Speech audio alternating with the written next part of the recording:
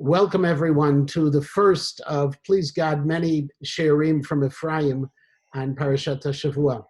This week we'll be meeting, obviously, even though he'll be available to do it next week, the rest of us in Chutz La'aretz are going to be, are going to be on a second day of Yom Tov. So we're going to be 2 weeks from now, will be the next Parashat HaShavua as well. It is great to see Ephraim. I know he and Itai have been in our tefillot for a long time, and it is great to be able to learn Torah with him once again. This shiur is also being recorded and will be put on the KINS website. Without any further ado, it is my pleasure to turn the microphone over to Ephraim. Thank you, Rabbi Metenki. Thank you, everyone, for coming from far and near. Very nice to see many of your faces, or your names at least, on the screen. What basically I think we're going to do now is I want to share 3 short ideas with you regarding this coming Shabbat, both on and we basically have 3 different issues in 3 different ways. We'll start with the Parashat. Parashat Tzav is basically says over what we said in Parashat Vayikra. Parashat Vayikra, we learned about all the different kinds of korbanot. And there's the Olah and the Mincha and the Chatat and the Shlamim and the different kinds of korbanot, the different kinds of sacrifices, and the way you could give them and how to give them, and which one is you have to give depending on what you did, etc., etc., and how to use the salt and how to use the honey, and the many different things that are related to the korbanot. And surprisingly enough, comes Parashat Tzav, which we will read tomorrow, and says it all over again. And the real question I think that could be asked here is, what is the point of saying it all over again? What is the point of repeating everything we just said in the previous parasha, as opposed to Tu'uman, Tetzaveh, and Va'akel and Pekudei, where also there we have repeating of what was said before. So many Mefarshim speak about how Tu'uman, Tetzaveh come before Chet HaEgel and Va'akel and Pekudei come after, and the difference between the commandment of doing it and then the actual building. Here, there's no difference in the details. There's no difference in the actual things that are being said. So what is the point of saying it 2 times in a row? So I think one of the explanations that can be given is the importance of what is being highlighted in each parasha. In Vayikra, the main issue that is being highlighted is the korban itself, the sacrifice itself, and the way it starts is Adam ki akriv mikem, a person when he sacrifices from himself or from themselves. And the point is getting closer to Hashem. And how can you get closer to Hashem? One of the ways to do it is by offering korbanot. As opposed to Parashat Tzav, the main issue that is being told again and again is how the Kohen is the one who does each of these different sacrifices. Vezot Torat HaMincha, Akrev Ota Bnei Aaron. How Bnei Aaron, how the descendants of Aaron HaKohen will be the ones who will sacrifice it on the Mizbeach. And therefore, each time it is repeated the way the Kohen will do what we're supposed to do. And if we take that even one step further, we see how in Parashat Tzav, it is already, in Parashat Vayikra, it's talked about how it was already given to us in Har Sinai. And Parashat Tzav is more Torat Kohanim. In other words, the way it was given to us at Har Sinai is that we should get closer to Hashem in such a way that will bring the korbanot closer, that will bring us closer, and this is how Hashem commanded us to do it. As opposed to Parashat Tzav, where since Chet HaEgel, since people weren't able to do that on their own or needed help in getting closer at the end of the day, so the Kohen had to come and take part in this phenomenon of how to do it at the end of the day. And therefore, you could take it even one step further and try to understand which day it was said. If Parashat Vayikra was said at Har Sinai, Parashat Tzav was said before, even though it's listed after. It could have been said, Parashat Tzav is where it says Har Sinai, and therefore Parashat Tzav was said before. And Parashat Vayikra was already said as part of the 8 days of Miluim. So in Parashat Tzav, where the Torah tells us how to get closer to Hashem with the Kohanim, that's what he said to us in Har Sinai. And therefore, it's part of the commandments that Hashem tells Moshe to pass on to Am Yisrael. There already says how the Kohanim should offer the sacrifices. In Parashat Vayikra, which is already part of the beginning of the building of the Mishkan, or even towards the end of it, it is a reminder to us that at the end of the day, the point is not for the Kohen to do the work, for the Kohen to do the avodah. Rather, the idea is for us to get closer to Hashem. And therefore, we see throughout Tanakh when the Nevi'im are talking about how that Hashem doesn't want the sacrifices of that Bnei Yisrael are offering, it is because they're not offering it the way they should. It's because they're offering it as something that it seems like, okay, I'm offering this, therefore I did what I had to do, and I can move on with disregarding the importance of Ben Adam Lechavero, disregarding the importance of making sure that you are actually trying to get closer to Hashem and not just paying a fine and saying, okay, I checked that box and I can move on. The whole point of the korbanot is for you to actually get closer. Korban from the word karov, getting closer to Hashem, offering from yourself, and therefore that is the important part. Yes, the way to do it is through the Kohanim, but the main important part is through us getting closer to Hashem. I think that's without getting into too many details of the korbanot, which many times are very complicated and seem a little bit distant from us, especially nowadays when it doesn't seem that we'll be offering a korbanot anytime soon. I think the importance here, the realization of getting closer to Hashem through offering something that is important to us, is something that is relevant also to us as well, to realize that we want to get closer to Hashem and we'll be willing to, in order to do that, to offer something and sacrifice something that is close to us. So that is the first idea I wanted to share with you. The second one is about Shabbat HaGadol. This Shabbat is the Shabbat before Pesach and is nicknamed Shabbat HaGadol. And the obvious question is, why is it nicknamed that way? Rav Meidan, my Rebbe from the Rosh Hashiva of Zion, likes to say that he only knows one reason of why we lay Megillat Esther on Purim. But he knows 11 different reasons of why Shabbat HaGadol is called Shabbat HaGadol, meaning the answer isn't very good, but he still knows a bunch of them. Same thing with Megillat Ruth and Shavuot. I think he said there were 13 reasons he knew of. When there's too many answers, that means the answer isn't good. But it seems that the easiest answer or the simplest answer is are actually two different things. One, the pasuk that we laying as part of the Haftarah, Lifnei bo yom Hashem hagadol ve'hanora, when it talks about how Eliyahu Navi is on his way as part of the redemption of Am Yisrael, Yom Hashem hagadol ve'hanora, the day of Hashem is going to be big and mighty, as opposed to Shabbat, which in simple Hebrew should have been Shabbat Gedolah, because Shabbat is not the way you would say it would be Shabbat Gedolah, not Shabbat Gadol. So the Gadol is referring to the day, which is mentioned in the Haftarah that we would lay tomorrow. That's one simple answer. It also connects to the different, the same way that we say that in Parashat Parah was referring to the Parah Aduma, and that Parashat HaChodesh was referring to HaChodesh Ezelachem. Therefore, Shabbat HaGadol is referring to the Yom HaGadol VaNorah that we talk about in the Haftarah. Another answer is actually in the Pshat of the Psukim of the way this year, the way it works in the calendar is actually the way it was when Yetziat Mitzrayim was. According to Chazal, Leila Seder, the original Leila Seder was also Wednesday night. They left Mitzrayim on Thursday morning, meaning that Yud ben Nisan, the 10th day of Nisan, was Shabbat, the same way that it is by us this year. Why is it important? When was the 10th day? Because the 10th day, as it says in Parashat HaChodesh that we learned a few weeks back, on the 10th day of Nisan is the day they took they took the Korban Pesach and tied it next to their beds and checked it out before they offered it on the night of Leila Seder.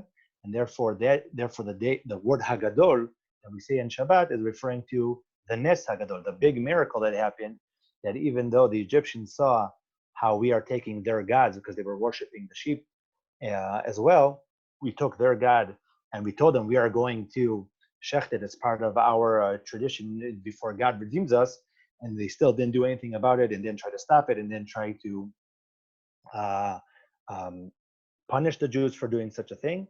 Therefore, the Shabbat Hagadol, the Gadol, the big, is referring to the Nes, the big miracle that happened by us fulfilling what Hashem commanded us on the 10th day of Nisan, which would be like this year, Shabbat, on Shabbat itself, the big miracle that happened before the actual miracle of Yetziat Mitzrayim itself.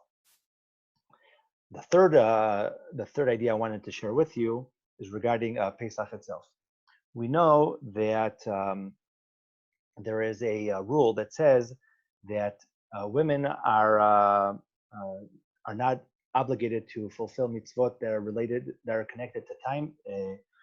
It's called the mitzvot hazaman gama, mitzvot, the proactive mitzvot that are time related. So women are not obligated of fulfilling them from the Torah.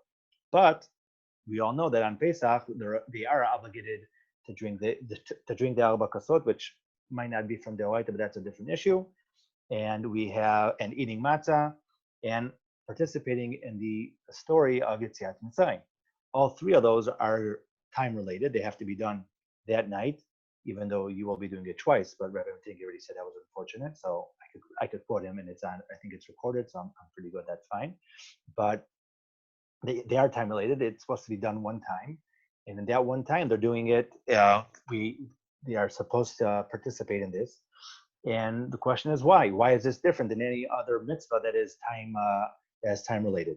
So the Gemara in Psachim talks about it the same way that it talks about Chanukah and Purim and Sukkot as well, even though there are many differences between them. We'll discuss Pesach specifically, and the answer that Yeshua ben Levi says is because she'af hen hayu batonis, that they were also part of that miracle. And the Meforshim ask, what does that mean that they were also part of that miracle? As opposed to Chanukah, where they weren't also, because the famous story about Yehudit, the daughter, one of the Hashmonaim, who killed one of the Greek people as part of the miracle. So they weren't also part of the miracle. She did one of the miracles. In Purim, it's even easier because there obviously Esther is a big part of the miracle that was done on Purim. What is the big part of the women in Sipur Yetziat Mitzrayim? So the Gemara in Sotah talks about that Bischar Nashim Tzidkaniyot Sheyu B'Torah Hador Nigalu Yisrael Mitzrayim, that because of the reward of those righteous women, that Am Yisrael was redeemed. And again, who were those women? What were they so righteous about? What were the deeds that they did that gave them this such a great and important relevance of saying that they were the ones that because of them they left Mitzrayim? So the answer the Gemara gives is that the women, despite all the different troubles that they were part of, and despite all the different decrees that Paro gave, still were worried about and made sure that the actual physical existence of Am Yisrael would continue. They continued the population of Am Yisrael. They made sure that the Shifra and Puah famously were giving birth to helping giving birth, even though Paro said specifically not to do it, etc., etc. And that is the answer that the Gemara gives, is because basically, and if you take it one step further, obviously, if Shifra and Puah were not there, then Moshe Rabbeinu would not have been born, and that is one point in that thing. And you could see it also through the Psukim straight out at the beginning of Sefer Shemot, and because right after the story of Shifra and Puah also comes the story of the birth of Moshe. And when Moshe is born, there are three women that are mentioned in the story that are not, we are not told who they are. Their names are not mentioned. A man from the tribe of Levi went and he married a woman from the daughter of Levi. Who is the daughter of Levi? Yes, afterwards we know her name is Yocheved, but at that point it doesn't say who she is. And then his sister, his sister stood from far to make sure that Moshe Rabbeinu, even though he was in the Nile, was being taken care of. And then afterwards, the daughter of Paro takes him out and takes care for him.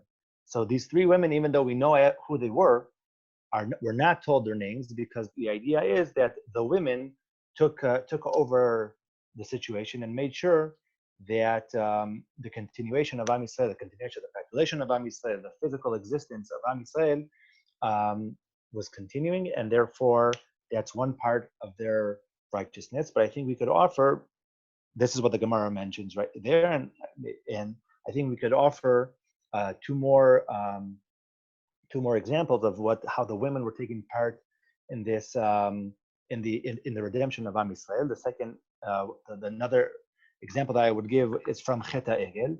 Famously in Chet HaEgel, the sin of the golden calf, the Aharon tells Am Yisrael to bring all of their jewelry in order to build this golden calf, and he tells the men, go get from your wives and your children all of their jewelry. It says, go get me all of the jewelry, but they say they do it from themselves.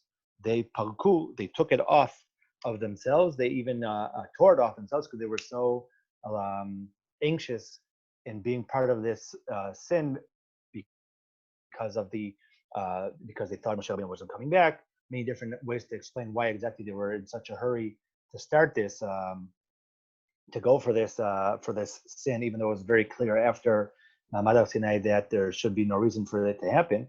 But they did not take it from the women because the women did not want to participate in offering their jewelry, and because they didn't want to be part of such a sin, which was against what Hashem commanded. The third example is from the Mishkan, when Bnei Israel are told to actually bring the different things in order to build the Mishkan. The pasuk says, "Vayavau ha'anashim al hanashim," that the men came after the women or with the women. There's a distinct point of pointing out the women in three different psukim in Perek Lamedei and Sefer Shmot. "Vayavau ha'anashim al hanashim, v'chol isha chachmat lev be'adei tavu." The women participated. The women brought even more than the men, and I think I think this is also part of that same sentence from the Gemara of B'schar Nashim Tzidkaniyot, because Yetziat Mitzrayim does not end only with the physical redemption of leaving Mitzrayim, because leaving Mitzrayim is one point, and it's an important point, and without that, nothing could have happened. But after that, they left Mitzrayim, and now what? What is the point of leaving Mitzrayim if not getting the Torah at Ma'amad Har Sinai, if not continuing a little bit more in building the Mishkan, if not continuing even more in getting to Eretz Yisrael? And then, therefore, until that happened, we are still part of the redemption process. We are still part of this Yetziat Mitzrayim that is still taking place, and therefore all these different things that the women are participating in, or the women are pushing forward, the women are actually the ones who are leading an example what it needs to be done. That is what the Gemara refers to, that B'schar Nashim Tzidkaniyot she'nigalu Yisrael miMitzrayim. Yes, HaKadosh Baruch Hu did it by himself, as we say in the Haggadah, Ani velo malach, that he did it without an angel, and he did it without anybody else. Hashem did it by himself. And we know that Moshe Rabbeinu was obviously our leader, but the point is that beyond Moshe Rabbeinu and beyond obviously Hashem himself, the women who are taking part in this great deed, in these actions, are the ones who, at the end of the day, were the ones who brought Am Yisrael to the point where they were being able to be redeemed, and therefore we still celebrate it until today. And I mentioned this idea specifically because many times women feel that the men take over and there's no room for their specific participation, but actually here the Torah and the Gemara tell you themselves that this is the leadership of the women is what actually brought it all together. And I can't come back to Kins. I'll try. I'll try to keep calm. I'm looking at Rabbi Matingi, so I could see that I'm looking at Kins. But Tzipi would obviously loved being part of the Kins family, and the righteousness and the way she led our time when we were in Chicago is something that I know I miss. I'm sure there are many others who miss it as well. And I want to thank everyone for joining, and looking forward to seeing you in 2 weeks again. Ephraim, thank you so very much. I wish everyone a wonderful Shabbat. It should be a Shabbat where we're at peace, a Shabbat where we're all staying in, a Shabbat where our tefillot will be answered. And one of those tefillot that have begun to be answered is the continuing refuah of both Ephraim and Itai. Have a wonderful, wonderful Shabbat. Ephraim, thank you very much. For anyone who's interested in the future of sponsoring Shirim, just go to the Kins website. And everything else, let's continue learning Torah together. Thank you. Shabbat Shalom.